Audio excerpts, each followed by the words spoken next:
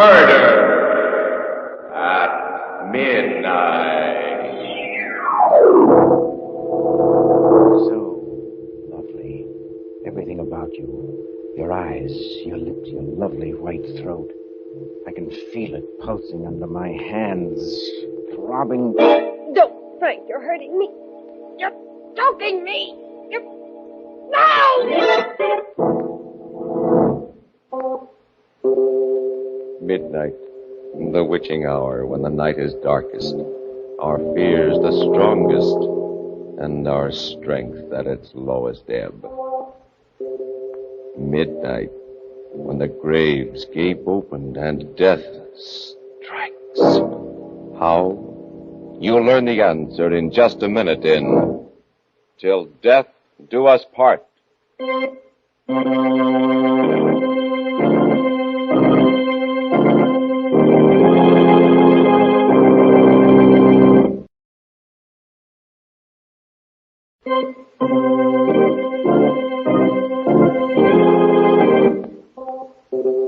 And now, Murder at Midnight.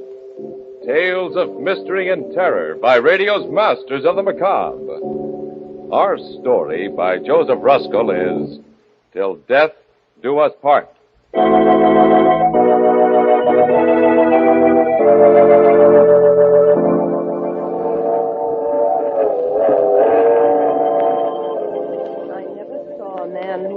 Such a wistful eye upon that little tint of blue which prisoners call the sky. Ruth, I want to tell you something. Put down that book and listen. I love you.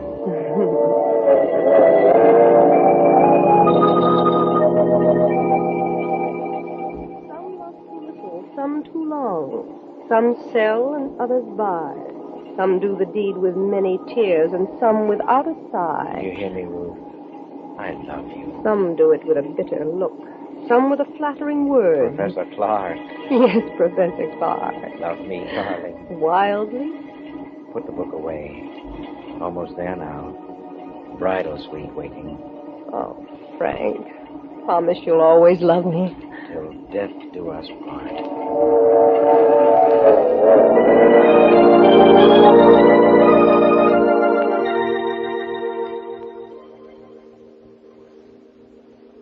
Another glass, darling. Come on.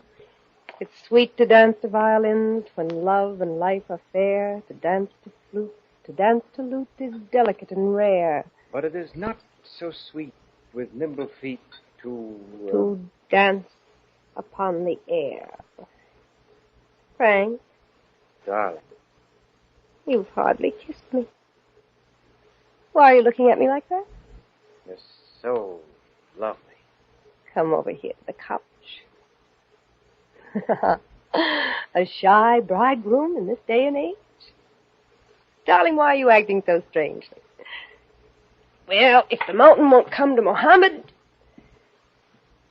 Come here, my lord and master. Kiss me. Oh, Ruth, I love you so. Darling, why do you keep staring at me like that? Frank. Ruth, no. Darling, what's the matter? I don't know. Please, Frank, after all. No, don't come near me. Don't touch me. Ruth, something terrible is happening to me. It's a feeling... It's too dreadful to believe. What is it?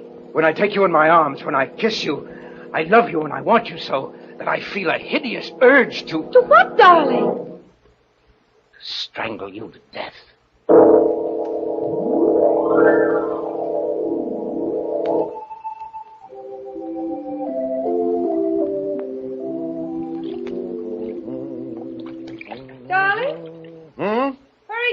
Just brought in breakfast.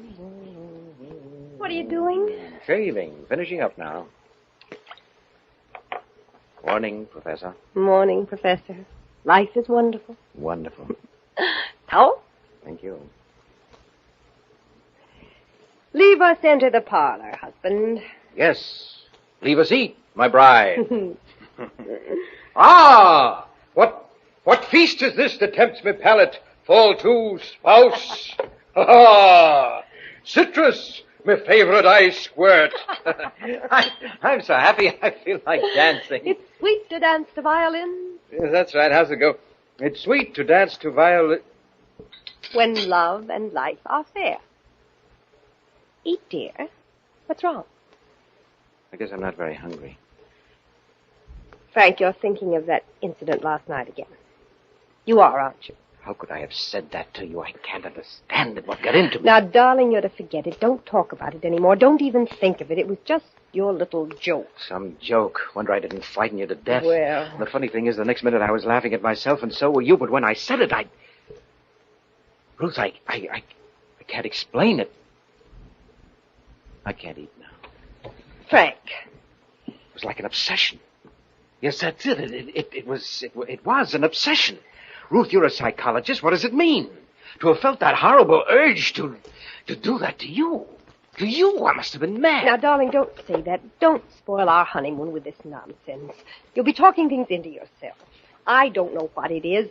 Your nerves are on edge from your accident, that terrible crash just 3 months ago. Please, Ruth, please, I don't want to think about it. I can still see it, that horrible, twisted wreckage. Well, you're lucky you're alive. Be thankful I am. She was hitting 80, showing off. I couldn't stop her, that daffy little sister of yours. Darling. I'm sorry, dear. I'm sorry. I guess I felt as awful about it as you did. Brilliant student, could have been one of my best if she'd ever opened a book. The poor kid, what a way to die. Maybe if I hadn't accepted a lift to town, who knows, she might still be... Now, please, darling, let's forget it. It's not good for you. You haven't been at all yourself ever since then. No, I haven't. Have I? Well, everything has its compensation, dear. After all, that's what brought us together. Closely, I mean. Yes, that's right, in the hospital. What? You were an angel. Oh. Well, you were just an angel from heaven, the way you helped to nurse me through all that time, when I was only half conscious. Nursed me and read to me. Read to me? Yes, the way you read to me. Why do you say it like that, Frank? Well, I don't know. There's something you read to me over and over when I was barely conscious. I've heard it ever since, deep down. I can't seem to recall it, but I feel that it had something to do with my crazy behavior last night. A line. It's still with me. It never seems to leave me. Seems to make me want to do something horrible. Now, Frank, stop talking. You're ill again. You're pale as a ghost. What was that line? I've got to know. Please, darling, please, stop shouting. I'm with you. Your love is with you. Now kiss me, dear. Hold me tight. Oh, so lovely. Everything about you. Your eyes, your lips, your lovely white throat. I feel it pulsing. I can feel your throat pulsing, darling, in my hands, pulsing. No, Frank, you're hurting me. Oh, you're choking me. No!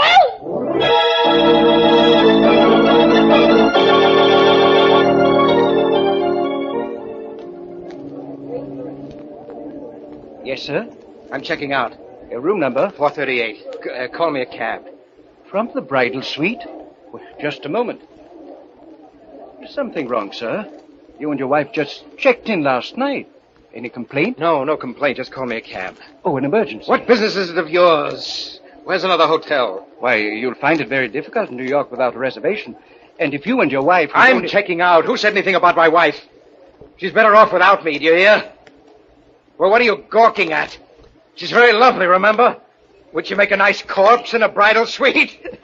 Oh, go to the devil.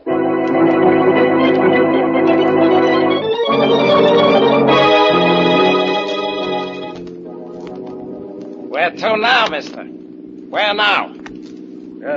Just shake off that other cab. I did. 3 hours ago. I told you 10 times. What now? Just drive around the park. We've been around and around and around. How long can this go on? That line. What was that line? What was it? Huh? What was that line? Look, pal, we going over that again, too? What line? You want the 7th Avenue line? If I'm not talking out of turn, Bud, you must have lifted quite a few today. Get me to a hotel. We tried a dozen. Remember, they're full up. Hey, just who are you, mister? What's your racket? What's that to you? Okay, I just asked. I was a teacher, cabby, in a woman's college. But that's only a blind. My name is Jack the Ripper, see? But some people just call me Bluebeard. Bluebeard? Huh? This is the end of my line, chum. Pay up and get out. No, I won't. You can't make me get out. You can't. I can't, huh? No, because if I do get out, I may go back. And if I go back, don't you understand? I'll kill her.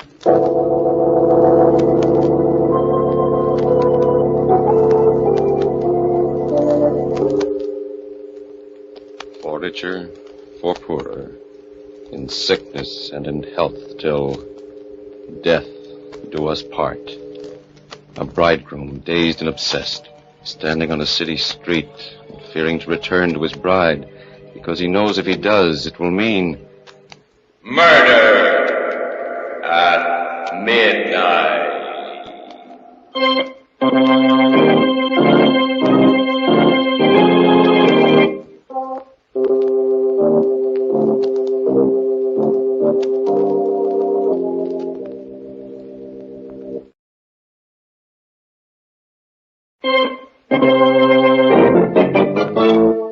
And now, back to Murder at Midnight and Till Death Do Us Part.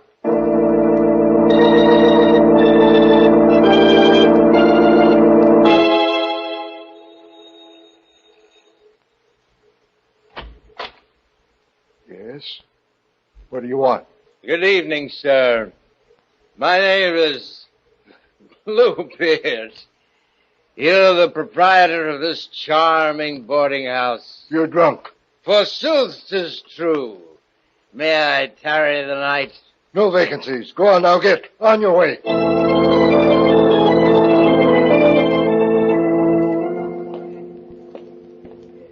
Where's his room? Top floor, rear, Mrs. Clark. He came in about an hour ago, drunk as you please, and he asked for a single. I'm not one to rent to drunks, mind you, but I can see he's really educated. And a gentleman, though a queer one, if you ask me, with his eyes all bloodshot. Well, here it is. Did he say when he'll be back? He said he was going for his bags. I'll just wait in his room if you don't mind. It's all right. I'm his wife, I tell you. Well, I don't know. Something mighty fishy about all this. Well, excuse me, there's the hall phone. If it's not one thing, it's another. All right. Hello? Yes? Who? Oh, just a minute. It's him, ma'am.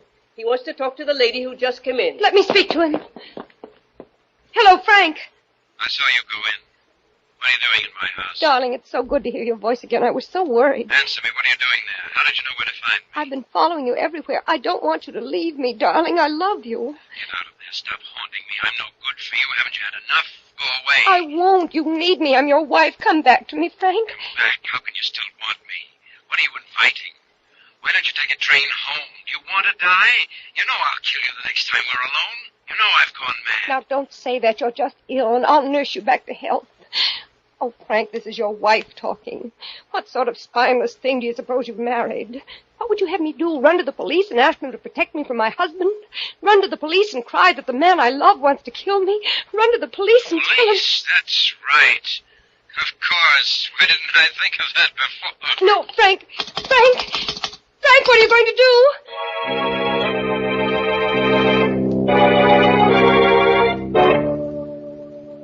Have a seat, Mrs. Clark. What is it you want of me, Inspector Wade? Why was I called here to the police station? You've no idea? No. Oh. Is he here, my husband? He told you? But I thought he was just drunk. Oh, I told him not to come here. I told him not to. Then it's all true? Yes. This beats anything I've ever heard. Man loves wife so much he wants to strangle her. Kisses her. Gets an irresistible yen to choke her to death. And on their honeymoon. You want to prefer charges? Prefer charges? What for? Well, attempted homicide ought to cover it. I won't. He's my husband. I love him. I'll stick by him no matter what. But he ought to at least be sent to Bellevue for a mental... Oh, no, you won't. There's nothing mentally wrong with Frank. Nothing at all. It's simply nerves, the result of an accident he had recently. This really takes the cake. Mrs. Clark, another thing that puzzles me. Yes? He kept raving about a line when he staggered in here, as if it were life or death. A line of poetry he couldn't remember. Wanted me to tell him what it was. Confidentially, I've only read one poem in my life. Now, what's that all about? I haven't the vaguest notion, Inspector. Just part of his neurotic state, I suppose. When we get back to our hotel room... What? You want him back after what happened? Yes. Don't you see, I must cure him of that awful obsession. Who else can do it but me? I'd like to see him now, Inspector. Please release him to me. I'll take the consequences. He's not here. Not here? No. We held him overnight just to let him sober up like we would any other drunk. Thought it was just all boozy eyewash. Well, this morning he seemed a new man and laughed it all off. So we released him. Just a few minutes ago. Oh, wonderful. But then I had a hunch I ought to warn you anyway. Just a hunch. Warn me? Yeah. He said he was going to call on you tonight at the hotel for a little reunion. Oh, how marvelous. Maybe he's all cured. I don't know. I didn't like the way he smiled when he said it. Mrs. Clark, after what you just told me, I think I ought to have him picked up again. You'll do no such thing. It's taking your life in your hands. I think he's got wheels in his head. I don't care. I love him. You die just as dead when you're in love. I'm not afraid. I'll never leave him. Certainly not now when he needs me more than ever. Is that all, Inspector? Okay, lady. You're 14 carat. He sure doesn't deserve a wife like you. And don't say I didn't warn you. It's your funeral. Thank you, Inspector. Goodbye. Oh, Mrs. Clark, there's one more thing perhaps I ought to tell you. Yes? When I released him just a while ago, he said something else that puzzled me. That being in jail had suddenly given him revelation. He smiled very queerly when he said it. Oh? I think maybe he found that line of poetry, Mrs. Clark.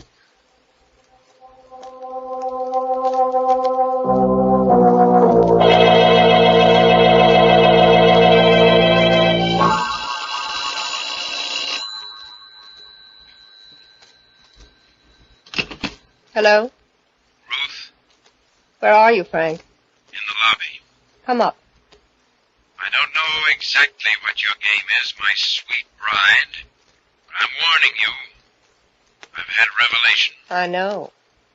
It's high time. I'm going to finish it, Ruth, this time. You asked for it.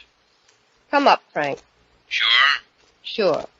Your funeral.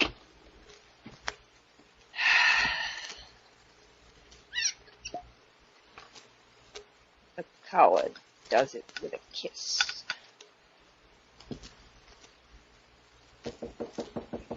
Come in, Frank. The door's open. Throwing a party, my dear? Yes, Who's invited? you and I. What are we celebrating? An uninvited guest at our honeymoon. Death has come with you, hasn't it, this time? Yes. Shall we drink to him? Why not? Do you still love me, Frank? Yes, I still love you. But I love you better when you're dead for what you've done. How much do you know? Not enough. It came to me in jail last night. The jail had something to do with it. How, I still don't know, but enough to make me remember something you whispered in the hospital when I was just coming to. You said, "I'll get my revenge, Frank. Do you hear me? I'll get my revenge." Splendid. A from memory. What else? Enough to make me realize that you hate me and have always hated me, although you pretended otherwise. Brilliant. Say loved and hated you. Go on. And that somehow, I don't know myself in what way, but I'm sure it must be a very clever way, as your psychology students would agree, you've been coldly, deliberately torturing me, trying to make me think myself a maniac, or have others think so. Close enough. Why, what I can't understand is why you did it, or why you weren't afraid that I'd really murder you. You'll soon find out. And I'm convinced now that you've done it all with a single line. A single line of poetry. In my jail cell, I was sure of it.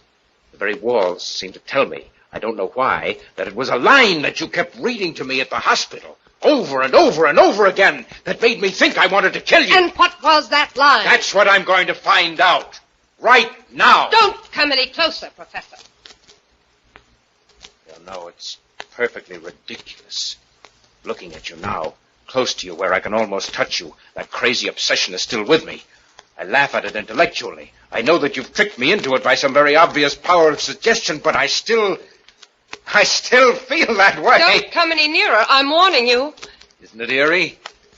I still love you and can strangle you for my love. And will. Stay where you are. You're not going to kill me, darling. I'm going to kill you. Now, do you see why I wasn't afraid of you? That gun. You've had it all the time. Correct, my love. Right here in the wine table drawer.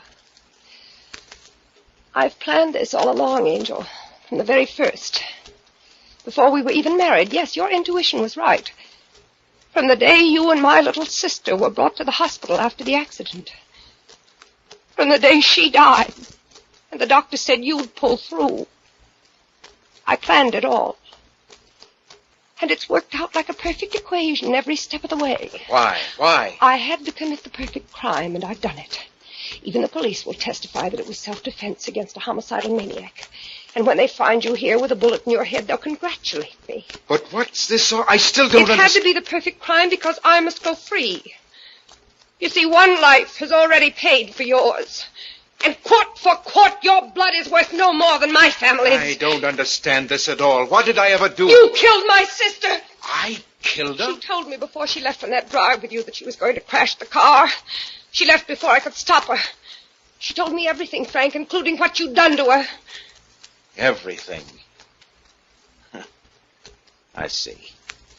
So that's it. Well, I don't suppose it would be of any use my trying to convince you. No use. I've waited a long time for this moment. Revenge is sweet. And it was such fun to torture you. I used a weapon I knew. Of course, it was power of suggestion. Sure, you guessed it. But what a pity you don't know the line yet. What was it? What was it? Tell me. Tell me. Don't keep me in torture. Keep back. Think hard, Frank. Think all around it. What about a jail and the revelation it gave you? What about a famous poet who wrote a famous poem while in jail? Why... Yes? Oscar Wilde. That's it. Yes, that's it from Oscar Wilde, a ballad. Of course, a ballad. The ballad of Reading Jail. How could it ever have escaped me? Why, you witch, you've even been reading from it on our honeymoon. But what part? What verse? What line? What was the line? Don't take another step or I'll pull the trigger. Give me the line, I say. I still can't think of the line. Keep back or I'll shoot. Oh, no, you won't. One more step and I'll shoot. Tell me that line or I'll kill you.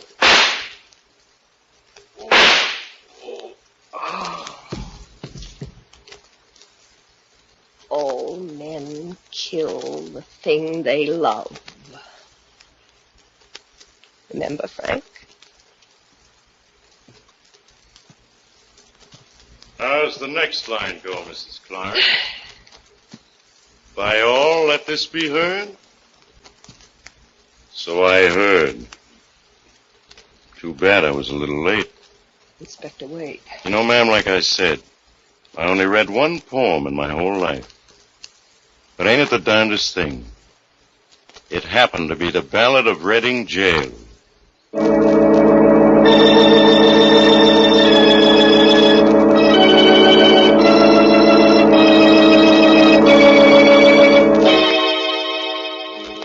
Till death do us part. A honeymoon in the bridal suite.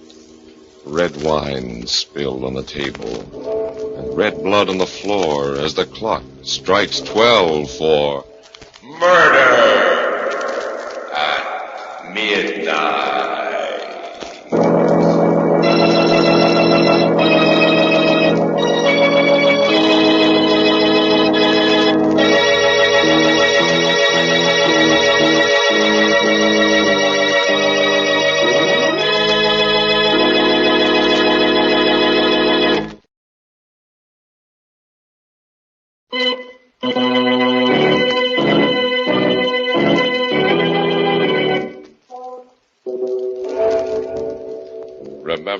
Be with us again when death's key turns in the lock and the clocks strike 12 for Murder at Midnight.